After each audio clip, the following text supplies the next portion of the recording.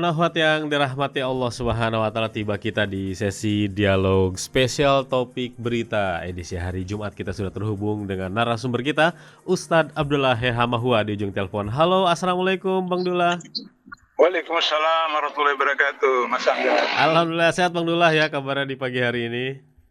Alhamdulillah sehat. 2 Mei, Hari Pendidikan Nasional. Kita selalu mengenang Ki Hajar Dewantara gitu ya. Namun yang akan kita soroti saat ini, Bang Dullah ini kan sebagai seorang pengajar. Bang Dullah ini seorang guru juga gitu ya. Pengalamannya menjadi pengawas KPK juga gitu ya. Kita ingin menyoroti Bang Dullah kaitannya dengan dunia pendidikan saat ini, lalu yang sedang jadi perbincangan juga saat ini. Bicara pendidikan, bicara ijazah, bicara kampus, bicara tempat belajar. Ternyata di kampus, di tempat belajar gitu ya, banyak juga terjadi, apa istilahnya kita katakan itu, kalau disebut kejahatan kan mungkin terlalu kasar gitu ya. Penyimpangan-penyimpangan gitu ya, terjadi di dunia pendidikan. Bang Dullah mengamati sebenarnya apa yang hilang dari ruh pendidikan di Indonesia kaitannya dengan Undang-Undang 1945. Lalu juga kita ingin menyoroti Bang Dullah ketika ini ada sorotan dari masyarakat. Ini kok dunia preman saat ini kok makin mengkhawatirkan gitu Bang Dullah ya. Preman ini suara-suaranya makin apa gitu ya, makin menghentak gitu ya, urusannya dengan aparat juga, lalu juga preman yang di-backing oleh pejabat. Sebenarnya sekarang nih ekstensi mereka ini ingin dibawa ke arah mana? Apakah hanya dijadikan alat oleh para orang-orang tertentu gitu ya untuk hal politik atau hal-hal lainnya? Itu kita ingin menyoroti itu Bang Dullah. Bagaimana? Silahkan Bang Dullah. Baik, para pendengar Radio Rasil pada Jumat Berkah ini, yang pertama Hari Pendidikan hari ini 2 Mei yang dimotori, diperkasai oleh Ki Hajar Dewantara. Banyak orang yang tidak tahu atau sadar bahwa Ki Hajar Dewantara itu sebenarnya adalah itu sebenarnya kiai. Cuma beliau tidak dan beliau itu orang Muhammadiyah, belajar di di Belanda terus kembali mulai dari TK dan terus seperti itu. Jadi wajar kalau Muhammadiyah itu terkenal dengan pendidikannya mulai dari TK sampai universitas seperti itu. Tapi problem kita sekarang itu Undang-Undang Dasar 45 menetapkan bahwa pemerintah wajib menyediakan sarana dan prasarana kepada pendidikan, dan kemudian setiap orang negara itu tidak hanya punya hak tapi juga wajib untuk mengikuti pendidikan nasional seperti itu. Itu satu. Yang kedua, Undang-Undang Nomor 20 tahun tentang pendidikan nasional itu menetapkan tujuan pendidikan nasional adalah menjadikan anak didik beriman, bertakwa, cerdas, cermat, kompetensi, berintegritas dan seterusnya seperti itu. Jadi poinnya adalah beriman dan bertakwa seperti itu.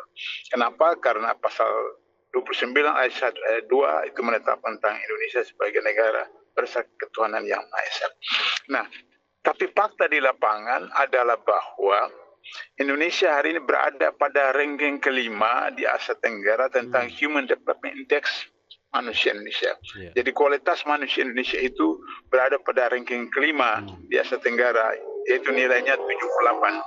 Jadi Human Development Index manusia Indonesia atau manusia dunia itu nilainya dari 1 sampai 100.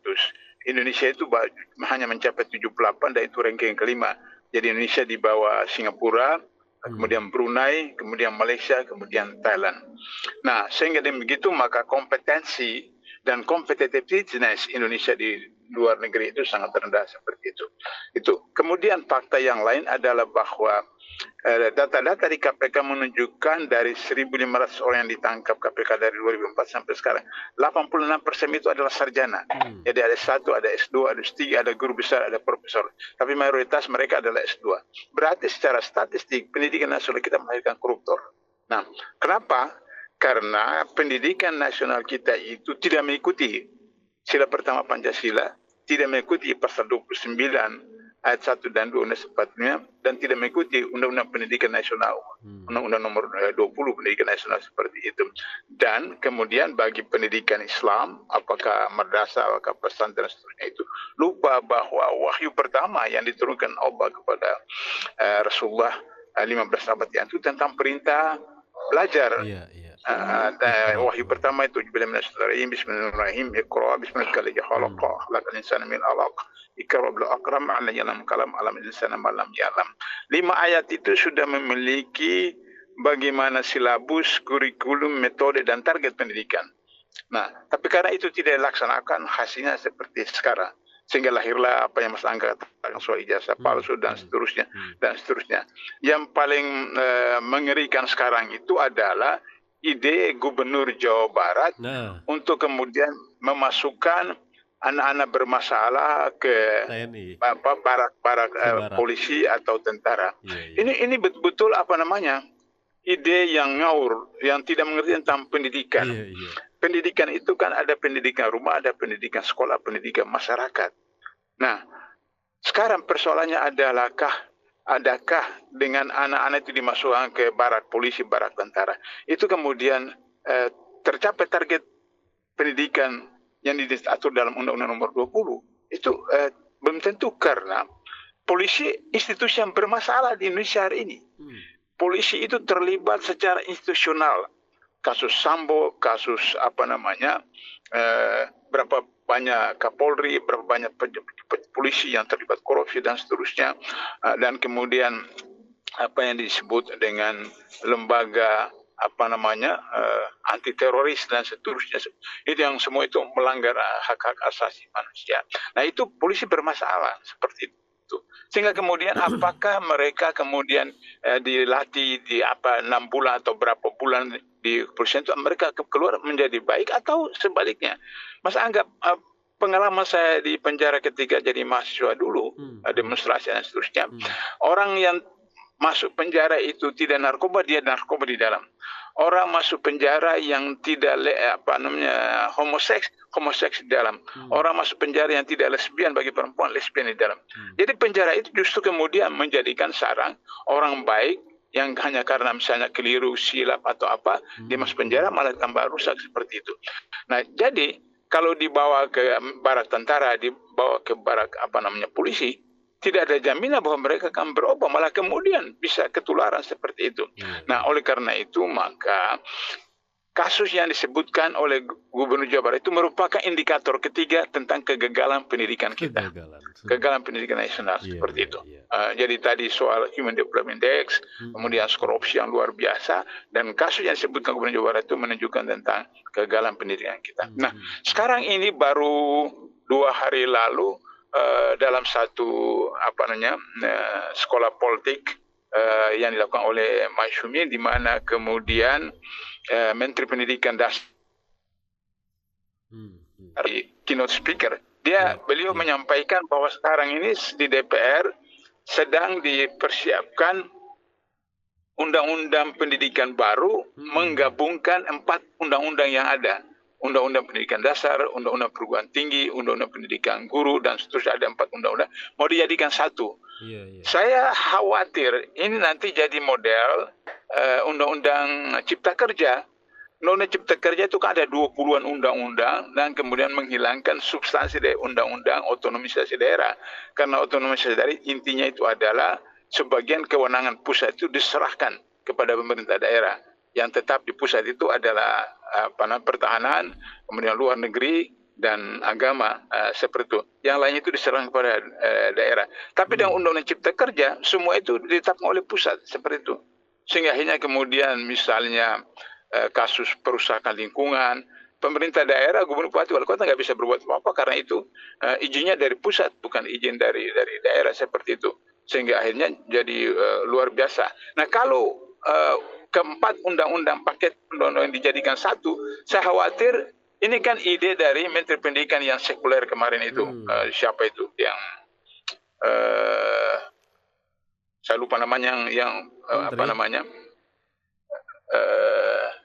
mantan menteri, Bang Dula.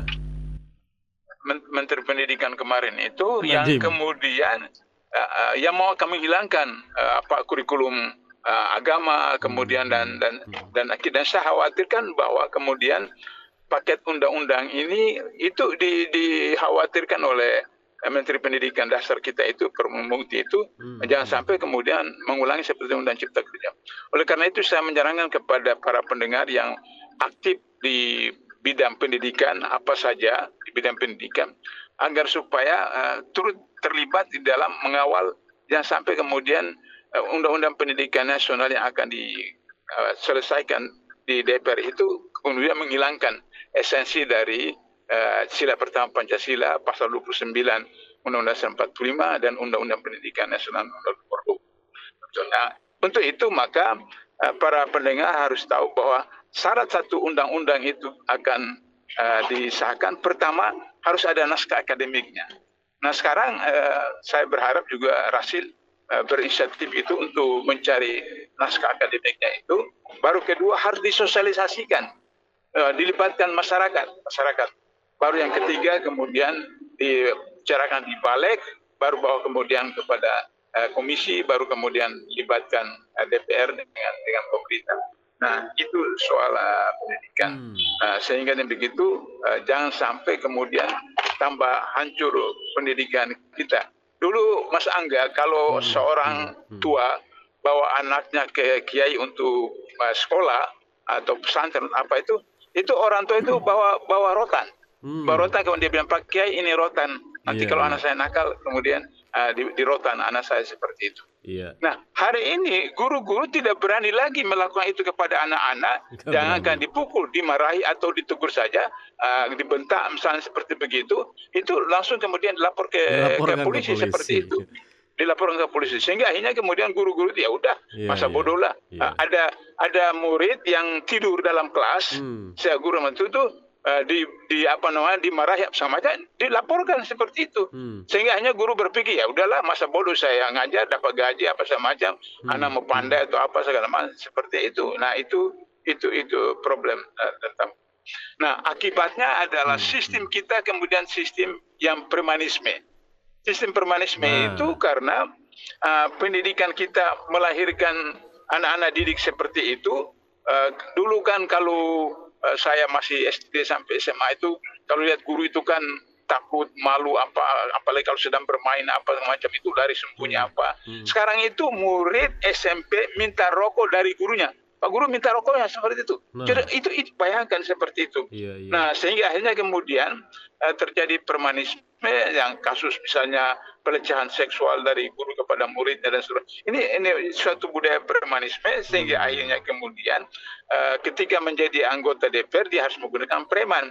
Nah ketika dia menjadi bupati dia harus pakai preman untuk kemudian money politik apa segala macam, datang mengawasi, mengontrol, menteror agar supaya pilih si A, si B jadi anggota DPR, DPRD, bupati, wali kota, sampai presiden. Nah, itulah kemudian lahirlah budaya premanisme, sehingga sekarang itu kan sangat menyedihkan.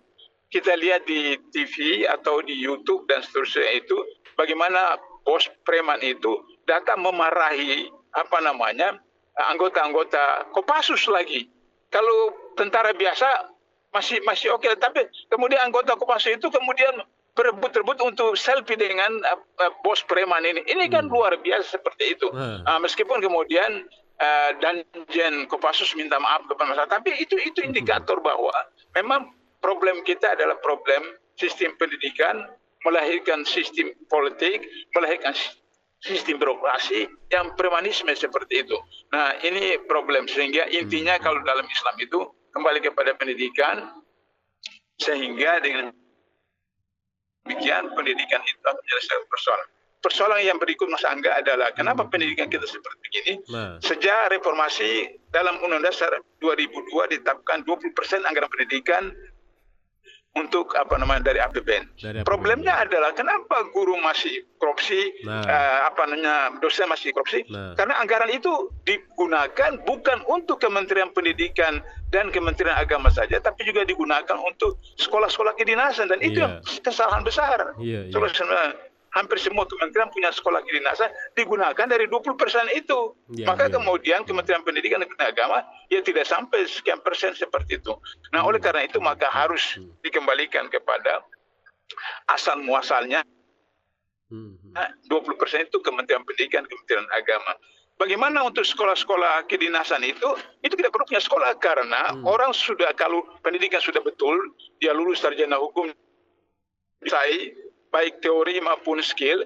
Nah, ketika dia masuk dalam satu kantor, satu kementerian, dia hanya dilatih untuk menyesuaikan tentang bidang kerja di situ, dan itu dilakukan melalui diklat. Nah, diklat itu masuk dalam anggaran sekjen. Sehingga demikian tidak ambil dari 20% yang untuk akses pendidikan itu problem yang terjadi sekarang. Saya kira itu beberapa hal yang dalam konteks Hari Pendidikan Nasional hari ini. Baik. Lalu sebagai penutup ini Bang Dullah, Hari Pendidikan Nasional bukan sekedar untuk peringatan saja, kita juga ingin menyoroti bagaimana pimpinan negara ini itu betul-betul melihat gitu semangat dari pendidikan yang menjadi dasar untuk menjalankan negeri ini itu yang perlu diingatkan untuk para pemimpin. Dari Bang Dullah, apa Bang Dullah? Monggo. Maaf Mas Angga, ini saya karena di jalan ini menuju bandara jadi suara Mas Angga kurang jelas. Kurang jelas. Sekarang bagaimana Bang Dullah? Ya, okay. Lebih khusus Bang Dullah, pesan Hari Pendidikan Nasional ini untuk para pemimpin negeri ini yang jangan dilupakan gitu ya, supaya generasi bangsa ini cerdas dan berakhlak, apa dari Bang Dullah? Ya, jadi saya berharap kepada semua pimpinan mulai dari tingkat presiden sampai di bawah di RT RW apa itu, tidak ada satu negara di dunia ini yang terkategori sebagai negara maju hari ini tanpa dimulai dengan pendidikan. Katakanlah kita ambil contoh sederhana dalam waktu singkat ini, restorasi Meiji.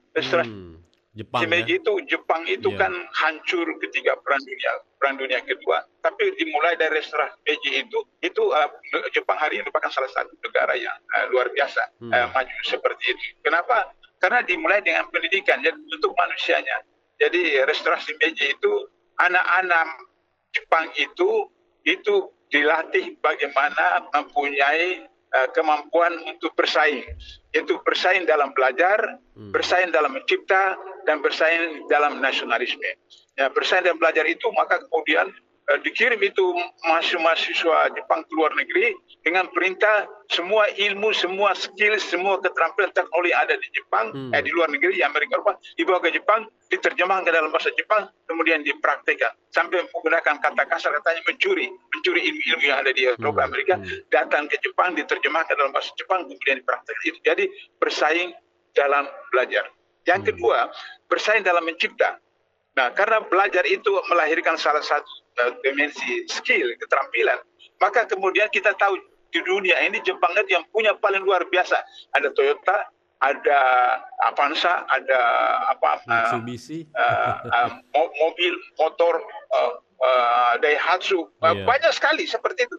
Sampai hari ini di Amerika, justru orang Amerika bangun tidur, dia buka kulkas, sampai kulkasnya Jepang.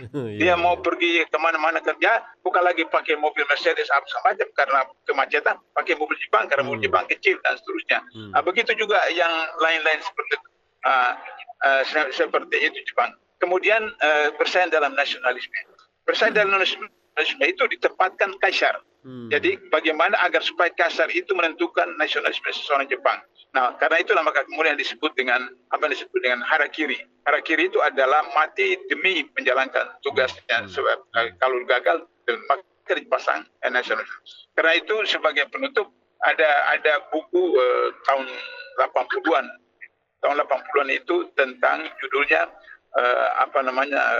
dunia baru, saya lupa judulnya seperti itu. Tapi intinya dia katakan bahwa kalau Jepang itu masuk Islam, Jepang menguasai dunia. Seperti itu. Kenapa? Karena di Jepang itu orang bersedia mati untuk kaisar membelanya. Dalam Islam orang mati karena Allah, yaitu jihad. Nah, kalau disatukan, tinggal lagi dialihkan dari kaisar ke Allah, maka kemudian Jepang itu bisa menguasai dunia seperti itu. Nah, oleh karena itu bagi pemimpin dari presiden sampai bawah, bagaimana agar supaya itu diterapkan dengan 3 metode itu, bersaing dalam belajar, bersaing dalam cipta, bersaing dalam nasionalisme, dan itu ada di dalam pembukaan Undang-Undang Dasar 45, Mas Angga. Sudah dijelaskan oleh para founder fathers kita tentang bagaimana ada di sana diaturkan seperti itu. Itu, Mas. Iya, baik. Terima kasih Bang Dullah atas dialognya di pagi hari ini. Bang Dullah hati-hati di jalan ya. Ini sedang tugas kemana ini kira-kira? Baik. Iya. Baik. Assalamualaikum. Waalaikumsalam.